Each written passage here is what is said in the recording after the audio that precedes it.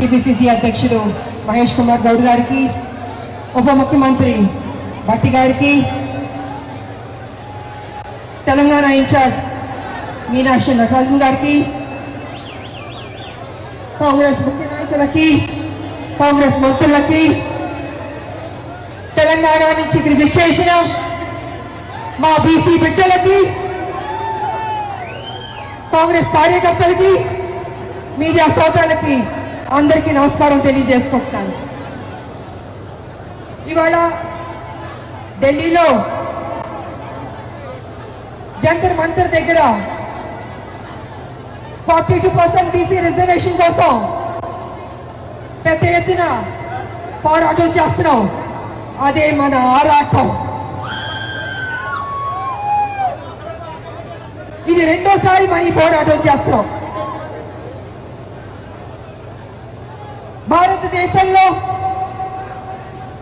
అత్యధిక జనాభా దాంట్లో అత్యధికంగా ఉన్నది మన బీసీ బిడ్డలే. అలాంటి బీసీ బిడ్డలు ఇవాళ నడి రోడ్డు మీదకి వచ్చి మా 42% బీసీ రిజర్వేషన్ చెయ్యండి అని మోడీ గారిని అడుగుతున్నారు. బీజేపీకి సిగ్గుందా అని అడుగుతున్నాను. బీసీ బిడ్డలంటే అడుక్కోవాలా? ఇవ్వరా? న్యాయం చేయరా?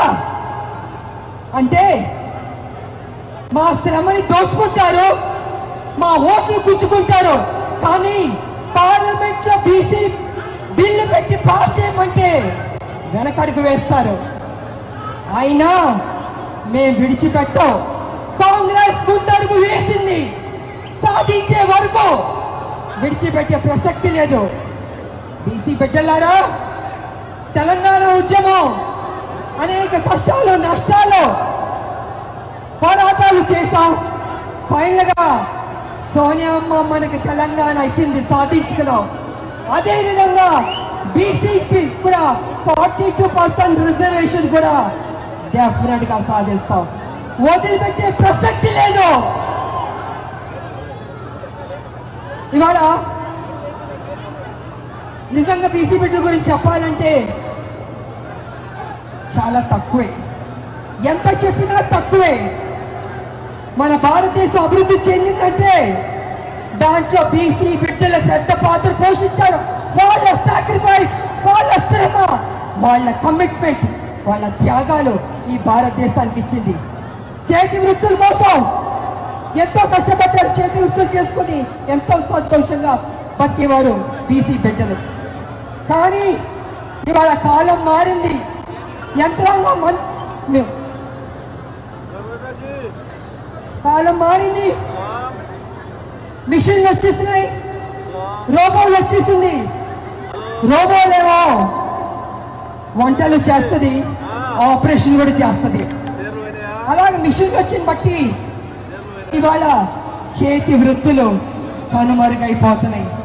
మరి చేతి వృత్తులు కనుమరుగైపోతే వాళ్ళు ఏ రకంగా బతుకుతారు, ఏ రకంగా ముందుకెళ్తారు, సమాజంలో ఏ రకంగా పైకి వస్తారు? కాబట్టి రాహుల్ గాంధీ గారు జోడో యాత్రలో అనేక రాష్ట్రాల్లో ప్రజల్ని చూశారు, కలిశారు, మాట్లాడారు, వాళ్ళ సమస్యలు తెలుసుకున్నారు. ఆ తర్వాత ఒక నిర్ణయానికి వచ్చారు. కోలాగానా చెయ్యాలి అనుకున్నారు. తెలంగాణలో ఉన్న మన కాంగ్రెస్ ప్రభుత్వానికి, మన ముఖ్యమంత్రి గారికి కోలాగానా చెయ్యండి అన్నారు. అదేవిధంగా మన కాంగ్రెస్ ప్రభుత్వం సర్వే చేసింది, పద్ధతిగా కోలాగానా చేసి అపోజిషన్లో ఉన్న అన్ని పార్టీల్ని సలహాలు తీసుకుంది, సూచనలు తీసుకుని ఆమోదం తెలిపింది. అన్ని చేశారు పక్కడబందీగా. ఆ తర్వాత గవర్నర్కి పంపించారు, కేంద్రానికి పంపించారు. ఫైనల్ గా రాష్ట్రపతి గారి దగ్గరికి వెళ్ళాలి ఆమోద ముద్ర పొందాలి. ఈ రకంగా ఒక ప్రవర్తన. కానీ ఇవాళ బీజేపీ వెనక అడుగు వేస్తుంది, మెలికలు తిప్పుతుంది. నేను బీజేపీని, మోడీ గారిని ఒక విషయం అడగదలుచుకున్నాను. మోడీ గారు ఆ మధ్య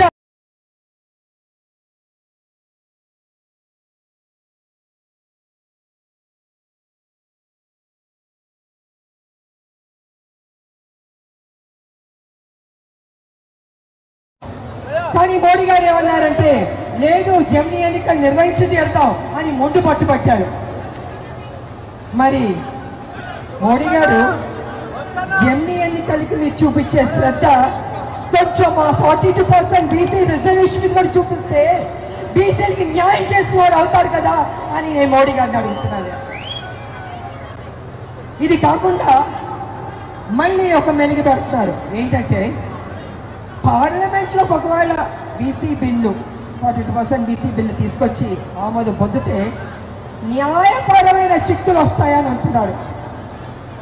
నిజంగా న్యాయపరమైన చిక్కులు ఉంటే మరి ఈ బీసీ రిజర్వేషన్ ఎలా అమలు చేస్తారు మోడీ గారు నేను అడుగుతున్నాను. నేను అది అమలు చేసినప్పుడు 42% బీసీ రిజర్వేషన్ ఎందుకు చేయలేరు అంటే మీకు చిత్తశుద్ధి లేదు, చెయ్యాలని లేదు. మీరు బీసీ చెప్పుకుంటారు, ఇవాళ నడి రోడ్డున మీ హైదరాబాద్ కాదు ఢిల్లీలో మా బీసీలకి న్యాయం చేయడానికి గొంతెత్తి అరుస్తుంటే పట్టించుకోరా మోడీ గారు? మీరేం చేయదలుచుకున్నారు? మీరు బీసీలకి న్యాయం చేస్తారా లేదా అని ఇప్పుడు తెలిసిపోద్ది.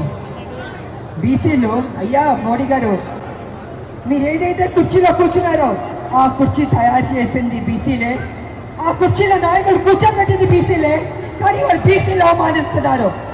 దేవుడు గుళ్ళో దేవుడు ఉన్నాడే చెక్క పట్టిందే అది ఎవరు చేస్తారు? మన బీసీలు కాదా? అన్నం పెట్టే బీసీలకు అన్నం పెడతారా? ఆలోచించుకోండి మోడీ గారు. కాంగ్రెస్ పార్టీ ముందడుగు వేసింది, రాహుల్ గాంధీ గారు పట్టుబట్టారు బీసీకి న్యాయం చేయాలనేసి. ఆ బీసీ బిల్లు పాస్ అవ్వాల్సిందే, లేకపోతే మోడీ గారు మా బీసీ బిడ్డల దృష్టిలో ఎప్పటికీ మీరు విలన్గానే ఉండిపోతారు. ఎప్పటికీ మీకు మా బీసీ బిడ్డలు ఓటు వెయ్యరు. కాబట్టి మీరు నిర్ణయం తీసుకుంటారా, బీసీకి న్యాయం చేస్తారా అని మేము అందరం ఎదురు చూస్తాం. కాబట్టి ప్రజలారా విడిచిపడ్డద్దు, ఈ అవకాశాన్ని మనం సాధిద్దాం. తెలంగాణ సాధించినట్టే బీసీ 42% రిజర్వేషన్ కూడా సాధిద్దామని తెలియజేసుకుంటూ జై కాంగ్రెస్. అందరూ గుండె మీద చేపెట్టుకుని జై తెలంగాణ, జై తెలంగాణ. ఎందుకు గట్టిగా చెప్పుకుంటానంటే సోనియా గాంధీ గారు ఇక్కడే ఉన్నారు. అమ్మ సోనియమ్మ మనకి తెలంగాణ ఇచ్చింది, ఆవిడ సంతోషిస్తుంది. కాబట్టి మన రాష్ట్రాన్ని మనం గౌరవం ఇవ్వాలి. గుండె మీద చేపెట్టుకుని జై తెలంగాణ, జై తెలంగాణ, జై కాంగ్రెస్. Thank you. మరొకసారి